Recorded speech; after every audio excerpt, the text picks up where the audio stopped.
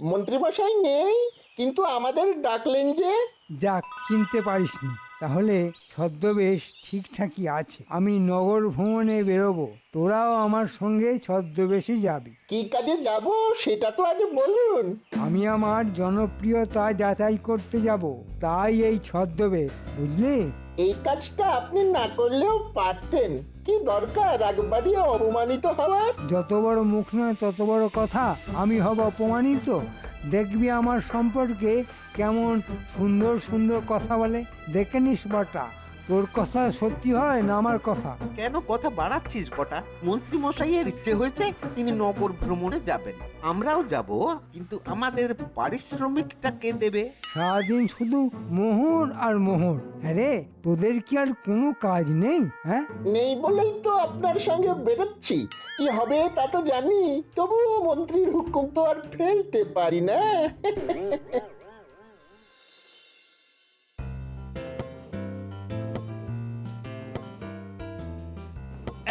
দেখ কি করে কোদাল চালাতে হয়। এবার তোরা পারবি তো? হ্যাঁ হ্যাঁ পারবো, তুমি এবার উঠে এসো তো, হাঁপিয়ে গেছো। আরে হাঁপাবো কি রে, বয়স থাকতে কম মাটি কুপিয়েছি। এখন বয়স হয়ে গেছে, তাই এতটা ধকল নিতে পারি না। হ্যাঁ রে, গোবরের ব্যবস্থা কি করলি? হয়ে যাবে, চিন্তা করো না, আমি কালকেই গোবর খুঁজতে বেরোবো। ঠিক আছে ঠিক আছে, তোরা থাকতে আমার আর চিন্তা কিসের রে। আপনাকে খুব চেনা চেনা লাগছে মশাই। আমার তা একেবারেই লাগছে না, আপনাকে তো এখানে আগে কখনো দেখিনি। না না, তা দেখবেন কি করে, আমি তো মাঝে মাঝে এখানে আসি। আসলে কৃষ্ণনগর আমার মাসির বাড়ি। আচ্ছা আচ্ছা, তা এরা আপনার কে হয়? মাস্তুতো ভাই, এরা আমাকে আপনাদের নগর দেখাতে বেরিয়েছে, এই আর কি। তা কেমন লাগছে? খুব সুন্দর। আসলে কি জানেন, একটা রাজ্যের মন্ত্রী যদি বুদ্ধিমান হয়, রাজ্যের চেহারাটাই বদলে যায়। কি বললেন? মন্ত্রী মানে ওই অপগণ্ডটা? জানি না আমাদের মহারাজ এত ভালো আর বুদ্ধিমান হয়েও ওই গাধাটাকে সহ্য করেন কি করে, অথচ রাজার সভায় গোপালের মতো একজন বুদ্ধিমান লোক থাকতেও ওই লোকটাকে কেন যে মন্ত্রী করলো সেটাই তো আমরা বুঝতে পারছি না। তোরা হাসছিস? হ্যাঁ, লোকটা মন্ত্রীকে গাধা বলছে আর তোরা মজা নিচ্ছিস? হ্যাঁ, না না, মন্ত্রীকে গাধা বলায় খুব রাগ হচ্ছে, কিন্তু ওই গোপালকে বুদ্ধিমান বলায় হাসি পেয়ে গেল। গোপালকে আপনারা চেনেন? হ্যাঁ, যে তাকে বুদ্ধিমান বলায় আপনাদের হাসি পেয়ে গেল? শুনেছি লোকটা নাকি ভাঁড়। যা শুনেছেন তা সত্যি নয়, গোপাল হচ্ছে বুদ্ধির পাহাড়।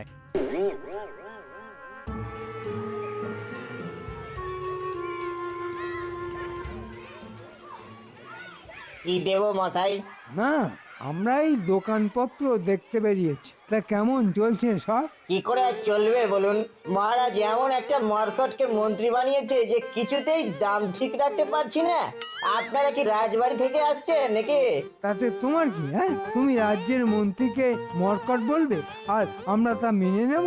মরকট কি বলছেন? হ্যাঁ, লোকটা মূর্খ, অপগণ্ড, অপদার্থ, সারমেয় চাইতো অধম। হ্যাঁ, আপনারা কে আমি জানি না, তবে স্বয়ং মহারাজ আসলেও আমি একই কথা বলতাম, এবং এটাও বলতাম যে আপনার কি মস্তিষ্কের বিকৃতি ঘটেছে যে গোপালকে বাদ দিয়ে একটা ভণ্ডকে মন্ত্রী করেছেন? হ্যাঁ, এত বড় কথা?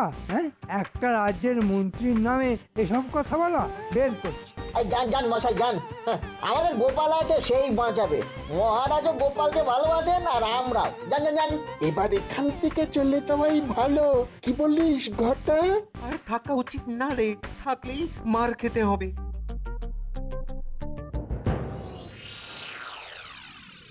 গর্ত হয়ে গেল, এবার তরকারির খোসা আর গোবর ঢালতে হবে, তাতে যা সার হবে না, দেখবি কি ফলনই না হবে। দিদা একেবারে তাক খেয়ে যাবে। হয়ে যাবে, তুমি চিন্তা করো না, আমি কালকেই গোবর খুঁজতে বেরোবো। ওটি, এটা তুই ভুল বললি। দাদুর কাজে গাফিলতি গোলটা কিন্তু মোটেই সহ্য করতে পারে না।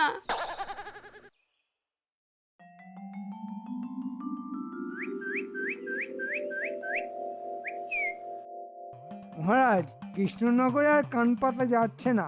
কেন কেন কেন, কি হলো মন্ত্রী?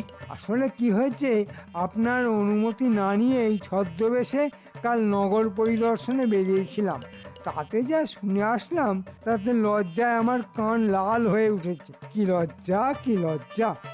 তোমার কান তো আমি দেখছি সবুজ হয়ে আছে, লাল তো নয়। লাল রং লুকাতে সবুজ আবির মেখেছি মহারাজ। এতে হাসির কি আছে? আমার কান লজ্জায় লাল হয়েছিল, আমি তা লুকোতে সবুজ আবির মেখেছি, তাতে অন্যায় কি আছে? মনে হয় সবার বোধহয় সবুজ বর্ণের শ্রীগালের গল্পটা মনে পড়ে গেছে।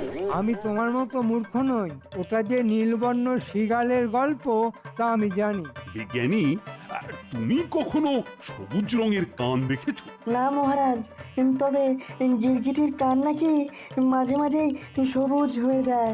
ঠিক আছে, ঠিক আছে, যা বোঝার বুঝে ফেলেছি। এবার মন্ত্রী, তুমি বলো তো, নগর ঘুরে তোমার কি অভিজ্ঞতা হলো? কিছু ভালো, কিছু খারাপ। যেমন যেমন মানে তোমার সম্পর্কে কে কি বললো? বললো আমি নাকি অপগণ্ড। মানে জিজ্ঞেস করেছিলে? আগে হ্যাঁ মহারাজ, ওরা বলল যে অপরের খাবার গান্ডে পিণ্ডে খায় সেই অপগণ্ড।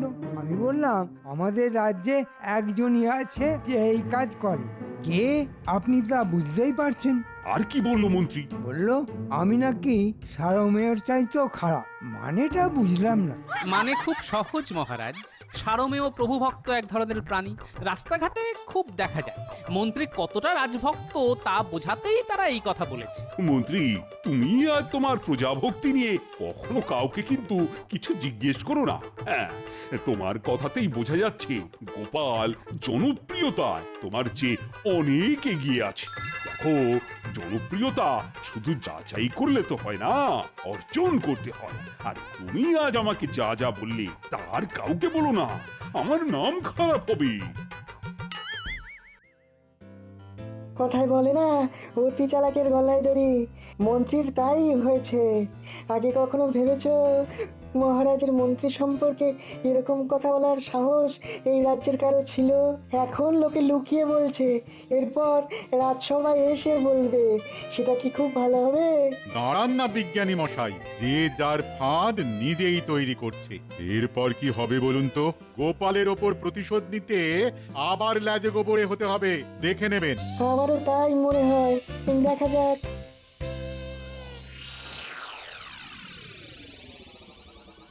কি রে বজ্জা, শুনলাম তোদের মন্ত্রী মশাইকে নাকি সবাই খুব প্রশংসা করছে। তার বলতে কত সুন্দর সুন্দর কথা বলেছে। এই বটা, সাবধান করে দিচ্ছি, কি বলেছে তা বলবি না, পাঁচ কান হয়ে যাবে। এসব গুপ্ত রাজকার্য সবার শোনার জন্য নয়। কি কি বলছে তা কি আর আমি জানি না? সব জানি। নগরী সবাই জেনে গেছে যে মন্ত্রী তার জনপ্রিয়তা যাচাই করতে গিয়ে একেবারে লাজে গোবরে হয়ে গেছে। লোকটার মাথায় যে গোবর আছে তা কেউ বলেনি। কি বললে, কি বললে, কি বললে? গোবর? ঘটা ঘটা, শোন, এবার একটা জব্বর বুদ্ধি মাথায় এসেছে। আবার বুদ্ধি এলো মাথায়? আপনার মাথা বটে একটা, গোবরে আর বুদ্ধিতে ভরপুর। তা এবার আমাদের কি করতে হবে?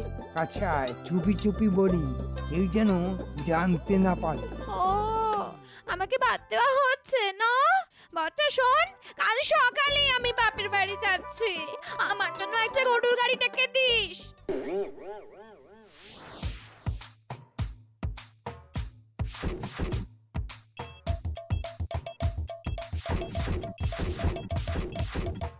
আর একটু তাড়াতাড়ি হাত লাগা, ভোরের আগেই এসব গোপালের বাড়ির সামনে জড়ো করতে হবে।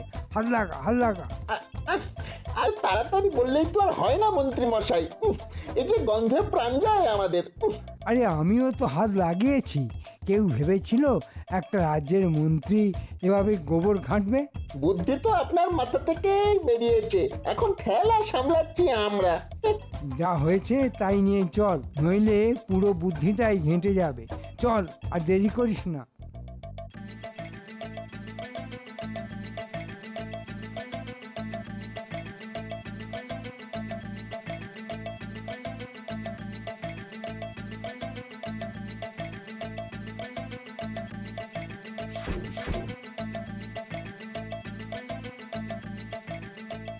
ব্যাস, এল্লা ফতে। এবার গোপাল সম্পর্কে লোকে কি বলে তা রসিয়ে রসিয়ে দেখবো।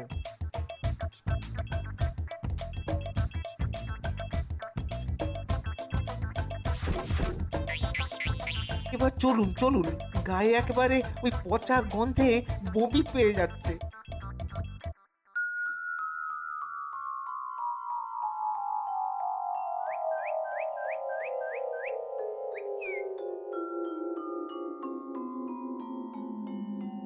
আরে হে কি রে, কি এমন বন্ধু আছে যে মেঘ না চাইতেই জল নিয়ে এলো?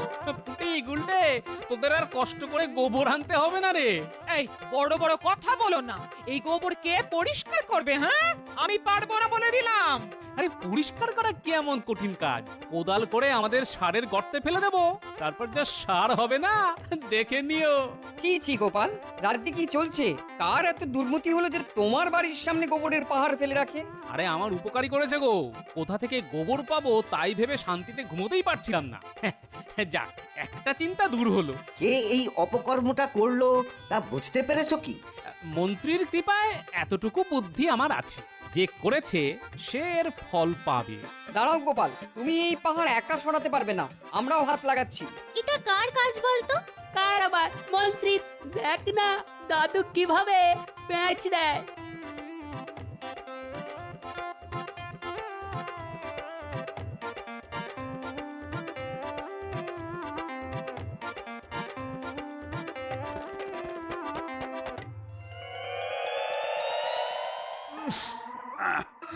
আচ্ছা, কার গা থেকে এরকম উৎকট গন্ধ আসছে বলো তো? কার আবার? মন্ত্রীর গা থেকেই তো মনে হচ্ছে। কি মন্ত্রী, তুমি কি কাল রাতে পচা পুকুরে ডুব দিয়েছিলে নাকি? হ্যাঁ মহারাজ, মন্ত্রী কাল গোবরে পদ্ম ফুল খুঁজতে গিয়েছিল, না পেয়ে আমার বাড়ির সামনে ফেলে দিয়ে গেছে। শুধু ফেলেছে কি, একেবারে পাহাড় বানিয়ে দিয়েছে। প্রমাণ দাও যে আমিই ফেলেছি। খুব সহজ, ওর গায়ের গন্ধ নিন আর আমার বাড়ির গোবরের গন্ধ কাউকে দিয়ে নিয়ে আসুন, দেখবেন একই গন্ধ। মন্ত্রী, সত্যি কথা বলো, তুমি গোবর ছড়িয়েছো গোপালের বাড়িতে? আসলে মহারাজ, কৃষ্ণনগরে এত গরু যে বাড়িতে বাড়িতে খুব বেড়ে যাচ্ছে, তাই কি আর করব, কোথায় ফেলবো কিছু ভেবে না পেয়ে গোপালের বাড়িতেই ফেলতে বলেছিলাম। মহারাজ, মন্ত্রী আমার প্রকৃত বন্ধুর কাজই করেছে। এই গোবর থেকে যে ফলন হবে তা কিন্তু মন্ত্রীকে নৈবেদ্য না দিয়ে আমি মুখেই দেব না। না মহারাজ, আগে গোপাল খেয়ে বেঁচে থাকলে আমি নিশ্চয়ই খাবো, কথা দিচ্ছি। গোবর এভাবে চুরি করা মানে আমাদের সম্পদ চুরি করা। হ্যাঁ, আমি গোবর সার তৈরি করছিলাম, সব চোরে নিয়ে গেছে। এটা কি মগের মূল্য নাকি? আমার সামান্য গোবর এখন ঘুঁটে বানাবো কি দিয়ে? আরে রান্নাই তো হবে না, এর একটা বিহিত চাই।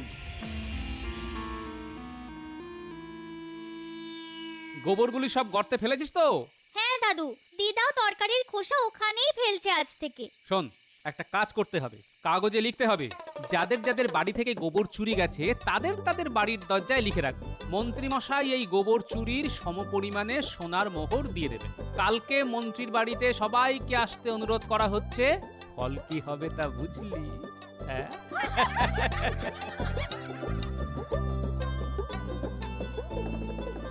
একেবারে টাইট খেয়ে যাবে মন্ত্রী।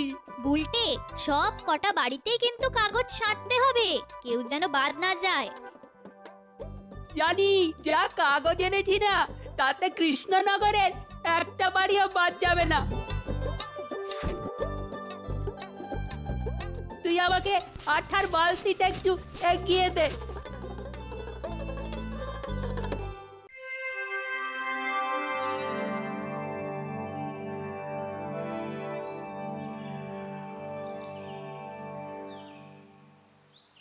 গোবরের বদলে সমপরিমাণ স্বর্ণমুদ্রা বলে কি? কাল আমার বাড়ি থেকেও তো গোবর চুরি গেছে। যাই যাই তাহলে সোনার মোহর নিয়ে আসি। গোবর দিয়ে সোনার মোহর? আহা হা হা, আগে জানলে আরো গোবর দিয়ে দিতাম। চলো হে, মোহর নিয়ে আসি। দাঁড়াও দাঁড়াও, আমাকে দুটো বস্তা নিয়ে যেতে হবে। বাপরে, এত মোহর তো রাজার কাছেও নেই। কেমন জানি সন্দেহ হচ্ছে, মিথ্যে নয় তো? তোমার সব ব্যাপারই সন্দেহ। দেখছো তো পরিষ্কার করেই লেখা আছে গোবরের সমপরিমাণ সোনা দেওয়া হবে। গেলে চলো, নইলে আমরা চললাম। তুমি তোমার সন্দেহ নিয়ে থাকো।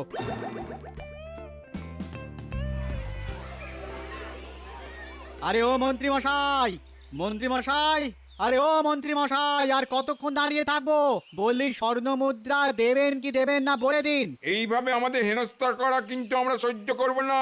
মহারাজের কাছে নালিশ জানাবো। আগে বাইরে আসুন, কথা বলি, তারপর যা করার করব। যেমন কর্ম তেমন ফল। গিন্নি, এসব গোপালের কীর্তি। ঠিক আছে, এক মাঘে শীত যায় না, আমিও দেখে নেব। আগে লোকজন সামলাও, তারপর তো গোপাল। তুমি একটু সামলাও না গো, আমি একটু রাজার কাছে কথাটা পেরিয়ে আসি। গোপাল আমার বাড়িতে লোক লেলিয়ে দিয়েছে। সে আমি পারবো না বাবা, লোক সামলানো আমার কাজ নয়। আমারও নয়, আমি বরঞ্চ পালাই।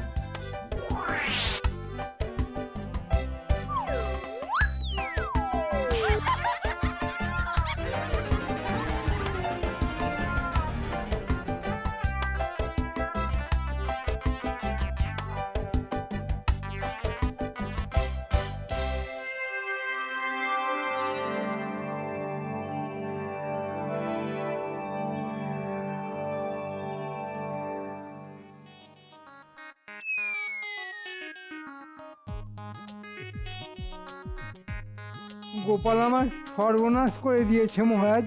কেন কেন কেন? গোপাল আবার কি করলো? ওই তো লক্ষ্মী ছেলের মতো বসে আছে।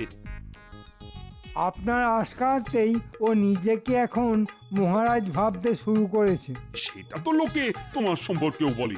মহারাজ, মন্ত্রীর যা অবস্থা হয়েছে, মনে হয় ওর কোনো বিপদ হয়েছে। ওকে রক্ষা করাই এখন আমাদের প্রধান কাজ। হ্যাঁ হ্যাঁ, সেটাই করা উচিত। বলো বলো মন্ত্রী, কি এমন বিপদে পড়েছো যে এভাবে রাজসভায় ঢুকে পড়েছো? বিপদ বলে বিপদ, গোপাল আমার পিছনে লোকজনকে খেপিয়ে দিয়েছে। তারা আমার বাড়িতে হামলা করার জন্য জমায়েত হয়েছে। আমি তো ভয়ে পালিয়ে এলাম। হ্যাঁ, এই কথা কি সত্য গোপাল? ব্যাপারটা হলো, আজ নগরের সেই সব বাড়িতে কারা যেন লিখে দিয়ে গেছে মন্ত্রী মশাই তাদের নাকি গোবর চুরির সমপরিমাণ সোনার মোহর দিয়ে দেবে। তাই সবাই বাড়িতে গেছে সোনার মোহর আনতে। এতে আমার কি অপরাধ মহারাজ? মন্ত্রী, তোমায় আমি আগেই বলেছিলাম গোপালের পেছনে লাগতে চেও না। দেখলে তো তার ফল কি হয়। এখন সামলাবে কি করে? দেখো দেখো গোপাল কোনো সাহায্য করতে পারে কিনা। ভাই গোপাল, তুমি আমার ভরসা। এবার বলো কি করে এর প্রতিকার করা যায়। মন্ত্রী মশাই, পথ তোমায় আমি বাতলাতে পারবো না। আসলে ওরা তোমার মুখ থেকেই শুনতে চায় কি করে এসব হলো। আমি কিছুই করলাম না, আর আমাকেই বলতে হবে আমি সব কিছুর জন্য দায়ী? এটা কি খুব ন্যায্য হলো মহারাজ? তোমার গা থেকে না এখনো পচা গোবরের দুর্গন্ধ বার হচ্ছে, আর তুমি বলছো কিছুই করুন। শোনো মন্ত্রী, যে বাড়ি থেকে গোবর চুরি করেছো সেই বাড়িতে ওই গোবর কিন্তু ফিরিয়ে দিতে হবে, এই আমি বলে দিলাম। এখন গোপাল যা বলছে তাই করো, না হলে কিন্তু আমি তোমাকে কোনো রকম সাহায্য করতে পারবো না। ঠিক আছে, আপনি যখন বলছেন তখন তাই করা যাবে। তবে আপনি না বললে আমি কিন্তু গোপালের কথা শুনতাম না। মহারাজ, একেই বলে কয়লা শত ধৌতে ন ময়লা ন পচন্তি। মানে কয়লা শতবার ধুলেও ময়লা পরিষ্কার হয় না। বাঁচতে গেলে আমার সঙ্গে তোমায় যেতেই হবে। যাবে কি যাবে না? হ্যাঁ, মহারাজের আদেশ, যেতে তো হবেই। বুঝলে বিজ্ঞানী, রাজা হয়েও না আমি ভয় পাই একমাত্র গোপালকেই।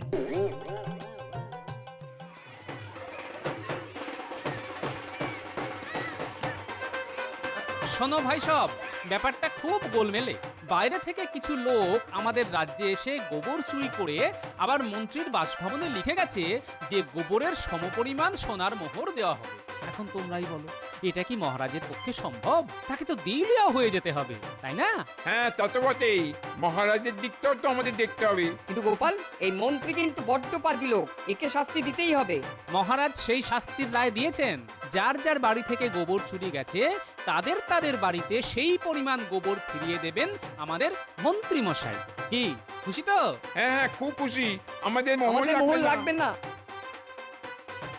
কথাই বলে ধর্মের কল বাতাসে নড়ে। দাদু বলেছেন কর্মফল। মাথায় গোবর পায়ে গোবর